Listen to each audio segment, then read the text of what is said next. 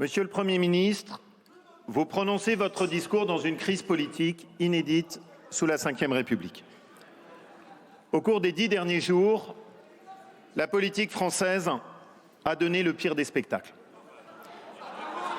Une image terrible, oui, mais ayez juste, messieurs et mesdames, l'élémentaire lucidité consistant à vous dire que vous y avez tous contribué, que chacun a contribué à cette situation lamentable dans laquelle la politique française s'est abîmée. Ceux qui ont joué avec la censure et qui visiblement ont plus de mal à faire leur autocritique. Ceux qui ont la volonté de tout faire tomber parce qu'ils y voient leurs intérêts. Et ceux, oui, reconnaissons-le, qui veulent que rien ne change alors que les Français aspirent à plus de rupture. Et vos rires sarcastiques sont l'illustration de votre incapacité à vous poser les bonnes questions. Les Français regardent cela. Ils regardent tout le monde. Ils le regardent avec un mélange d'écœurement. Ils le regardent aussi avec de la colère. Et ils le regardent plus que tout. Et vous feriez bien de l'entendre, vous qui traitez cela avec tant de légèreté, avec une profonde inquiétude. Et ne vous y trompez pas. Ils jugent avec sévérité ceux qui jouent avec cette inquiétude. Parce que nous sommes dans une des pires périodes d'instabilité qu'ait connue notre histoire. Parce que cela renvoie à la période que nous avons connue sous la Troisième République où à la fin du XIXe siècle, les gouvernements duraient à peine quelques semaines et certains ici semblent s'en réjouir. Parce que cela renvoie à une période au moment de la guerre d'Algérie où les gouvernements n'étaient pas capables de tenir tellement plus longtemps et certains ici ne devraient pas se réjouir de ce chaos. Mais au moins, vous qui semblez si imperméables à cette inquiétude des Français, à l'époque, la France pouvait compter sur une économie solide. À l'époque, la France pouvait compter sur une économie prospère qui protégeait ses compatriotes. Aujourd'hui, notre nation fait face à une triple crise. Une crise politique, certains ici la nourrissent. Une crise économique, certains ici n'y semblent pas sensibles. Et une crise géopolitique au moment où notre nation danse au-dessus du volcan. Aucun d'entre nous, je l'espère, aucun d'entre nous, sincèrement, ne peut s'en réjouir. Et chacun d'entre nous, j'en suis sûr, quelles que soient les différences politiques qui sont les nôtres, aspire à ce que notre pays retrouve les chemins de l'intérêt général. Et il est urgent de tourner cette page catastrophique pour la politique française. Et cela suppose un certain effort de chacun. Est-ce qu'il y a de fortes différences politiques entre nous? C'est une évidence. Est-ce que nous sommes tous convaincus que l'élection présidentielle dans nos institutions est la seule qui soit fondatrice? Évidemment. Est-ce que ce moment de confrontation entre les visions politiques des uns et des autres viendra? Tout le monde le sait. Mais entre-temps, il y a une question qui nous est posée. Est-ce que nous voulons tout détruire? Ou est-ce que nous sommes capables de faire des efforts les uns vers les autres? Un an. Juste un an. Un an avant qu'il y ait la campagne présidentielle. Un an avant ce débat décisif sur les causes de notre impuissance et les moyens d'en sortir. Et entre-temps, juste faire cet effort minimal qui consiste à trouver des compromis plutôt que de s'écharper, qui consiste juste tout simplement à discuter plutôt que de parier sur une énième élection par défaut. Que chacun juste soit capable de ce petit effort, agir pour le moindre mal dans cette période où le pire est possible et où nous devrions tous le redouter. Et les Français, chers collègues, c'est cette lucidité que les Français attendent de nous. Ils nous disent « entendez-vous ». Ils nous disent « discutez ». Ils nous disent « trouvez des solutions ». Et j'en suis convaincu, ils jugent avec sévérité ceux qui nourrissent le chaos. Et je le regrette, ceux qui nous écoutent ne l'entendent pas. Mais au moment où je parle, vous avez dans cet hémicycle, sur les deux bouts, ceux qui ne sont que capables de hurler, qui sont incapables d'écouter et qui sont incapables juste de se respecter et qui continuent à nourrir cette image lamentable de la politique française. Monsieur le Premier ministre, c'est la condition pour que votre gouvernement puisse agir. Oui, l'Assemblée nationale est divisée. Mais cela n'empêche pas d'avancer. La France l'a réussi par le passé, et bien des démocraties autour de nous y parviennent. Dans un climat de division politique, trouver des équilibres, ne pas prétendre tout faire pour se concentrer sur l'essentiel, ce que vous avez rappelé, Monsieur le Premier ministre, dans votre discours. Les gouvernements d'Antoine Pinay, pour la restauration de l'équilibre budgétaire, cher Michel, y étaient parvenus. Celui de Pierre Mendès France, avec la fin des guerres coloniales, y était parvenu. Le pays, à l'époque, avait su avancer en dépit de son instabilité politique. Et nous sommes convaincus avec les députés de la droite républicaine que c'est aujourd'hui notre responsabilité. C'est la position de notre groupe, Monsieur le Premier ministre, qui n'a pas changé depuis la dissolution. Refuser d'abord, je l'assume, et quand je les écoute dans cet hémicycle, ma détermination n'est que plus forte. Refuser d'abord qu'il y ait un gouvernement sous la coupe de la France insoumise, de la folie de l'extrême gauche, qui est le principal danger politique pour l'avenir de notre République. Et notre deuxième priorité, c'est que la France ne soit pas bloquée. Et nous nous engageons, conscients des compromis nécessaires, pour que des lois indispensables soient adoptées. Cette position, nous l'avons définie collectivement avec nos députés et nos sénateurs. Nous ne censurerons pas un gouvernement a priori et nous ne ferons pas partie de ceux qui feront tomber les premiers ministres. Cette position des députés de la droite républicaine n'a pas varié. La France a besoin d'un minimum de stabilité. La France a besoin d'un gouvernement. La France a besoin d'un budget.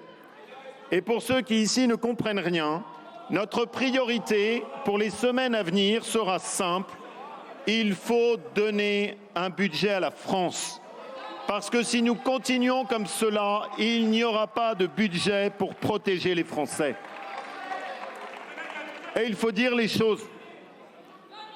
Priver la France de budget, c'est aggraver le déficit déjà le plus élevé de la zone euro. Priver la France de budget, c'est nous mettre dans la main des créanciers.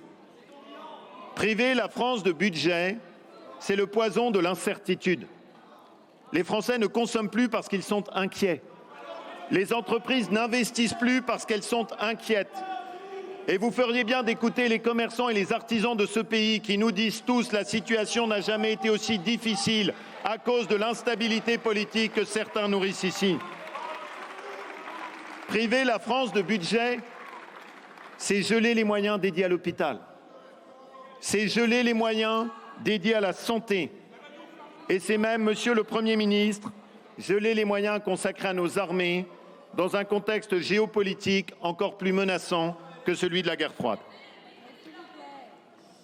Et Monsieur le Premier ministre, je me permets de rappeler ici une évidence. Parce que les débats de ces derniers jours ont tourné le dos au bon sens. Monsieur Tanguy, s'il vous plaît. Le sujet, il y a un peu de tension dans l'hémicycle que ceux qui nous écoutent ne voient pas parce que certains se comportent n'importe comment. Voilà, c'est un peu regrettable, mais ça me permet de l'expliquer à ceux qui nous écoutent. Monsieur le Premier ministre, je me permets donc de rappeler ici une évidence. Le sujet n'est pas d'augmenter les impôts dans un pays qui a le record de la fiscalité au monde. Le sujet, c'est de les baisser. Le sujet n'est pas d'augmenter la dépense dans un pays qui a le record de la dépense publique au monde. Le sujet, c'est de baisser la dépense. Et pour que les choses soient très claires, ce n'est pas aux Français qui travaillent, ce n'est pas à la France qui a travaillé toute sa vie de faire des efforts, c'est à l'État de faire des efforts en luttant contre la bureaucratie administrative, et la dépense improductive. Et vous avez su envoyer des signaux, des premiers signaux symboliques, et il faudra aller plus loin. Vous connaissez nos convictions, il faut supprimer toutes ces agences qui coûtent tant et qui ne servent à rien. Vous connaissez nos convictions, il faut arrêter la politique des chèques gouvernementaux. Et vous connaissez nos convictions, il faut remettre de la bonne gestion dans nos services publics en faisant confiance aux acteurs de terrain au lieu de tout rendre si compliqué. Et c'est possible. Dans un certain nombre de nos collectivités locales, en Auvergne-Rhône-Alpes, nous avons baissé de 15% les dépenses de fonctionnement sans augmenter le poids de la dette ni la moindre taxe. Baisser la dépense, ce sera le combat de la droite républicaine dans ce débat budgétaire. Nous ne laisserons pas la gauche et la France insoumise imposer un budget contraire aux intérêts du pays et nous investirons le débat budgétaire pour faire valoir nos convictions et nos propositions. Les aspirations des Français, Monsieur le Premier ministre, sont au fond beaucoup plus simples que ne le sont les fractures politiques dans cet hémicycle. Revaloriser le travail, rétablir l'ordre, arrêter l'immigration incontrôlée. Et je voudrais ici revenir sur ce débat fondamental pour les députés de la droite républicaine, arrêter l'assistanat et revaloriser le travail. La plus grande injustice en France est que le travail ne paye pas. Quand un employeur veut augmenter de 100 € un salarié au SMIC, il doit mettre 500 € sur la table. Quand un salarié touche 4 000 € de salaire brut, 3 000 € de salaire brut, son employeur doit payer 4 000 € et à l'arrivée, il ne touche que 2 200 € déduits des taxes et des charges. Et dans le même temps, ce qu'on dit trop peu souvent, c'est qu'un couple aux aides sociales avec 3 enfants va toucher 2 300 € d'aide sociale nette d'impôts et de charges. Eh bien, mes amis, il faut le dire, ça n'est pas juste. Ça n'est pas juste parce qu'aucune société ne peut tenir sans ce ciment de justice élémentaire, la récompense du travail, la récompense de l'effort et la récompense du mérite. Cela a toujours été notre combat avec les députés de la droite républicaine. Garder le social, arrêter l'assistanat, revaloriser le travail. Et notre engagement, Monsieur le Premier ministre, et il sera fondamental que la droite républicaine soit écoutée, ce sera d'une part l'instauration d'une allocation sociale unique permettant de plafonner les aides sociales à 70% du SMIC pour qu'on ne gagne pas plus d'argent en restant chez soi qu'en allant travailler, c'est la justice. Et le deuxième combat de la droite républicaine sera pour qu'il y ait un signal pour cette France qui travaille, avec la défiscalisation des heures supplémentaires, 0 impôt et 0 charge, pour que l'on sorte de ce qui est si décourageant pour ceux qui se donnent du mal, travailler pour payer plus et pour perdre des aides. Enfin, Monsieur le Premier ministre, et vous l'avez dit, il faut évidemment s'attaquer à l'ultraviolence et à l'immigration hors de contrôle.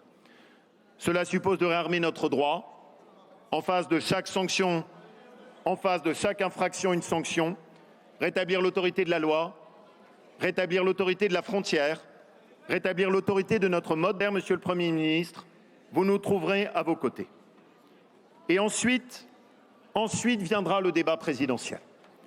Celui qui permettra d'enclencher enfin la profonde reconstruction de notre pays. Et notre conviction est que la France a besoin d'un redressement de droite, clairement de droite, avec un objectif, sortir du régime de l'impuissance, de notre 5e République aujourd'hui dénaturée, dont il faut retrouver l'esprit et l'efficacité des origines. Ce qui menace notre pays, c'est de glisser toujours plus vite sur la pente de la décadence. Pour surmonter une crise de régime dans notre histoire, notre pays n'a toujours suivi que 2 chemins. 2 chemins et pas d'autres. Le premier, c'est la tentation de tout renverser.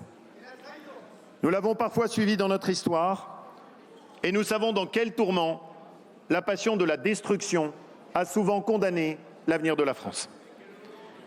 L'autre chemin, c'est celui dessiné par le général de Gaulle en 1958, lui qui avait compris que la volonté de tout détruire était avant tout un aveu de résignation. Lui qui avait compris que le courage consiste à tout rebâtir et non pas à tout détruire, que le pire des dangers est le désordre, ce qu'il appelait la chienlit, dans un pays où la guerre civile est toujours une menace. Comme le résumait Georges Pompidou, rebâtir en sachant ce qu'on veut rebâtir et ce qui en vaut la peine, changer ce qu'il faut pour préserver ce qui vaut. C'est ce changement qu'il faudra préparer avec tous ceux qui auront alors à cœur le sursaut français. Je vous remercie. Merci beaucoup, Monsieur le Président Wauquiez.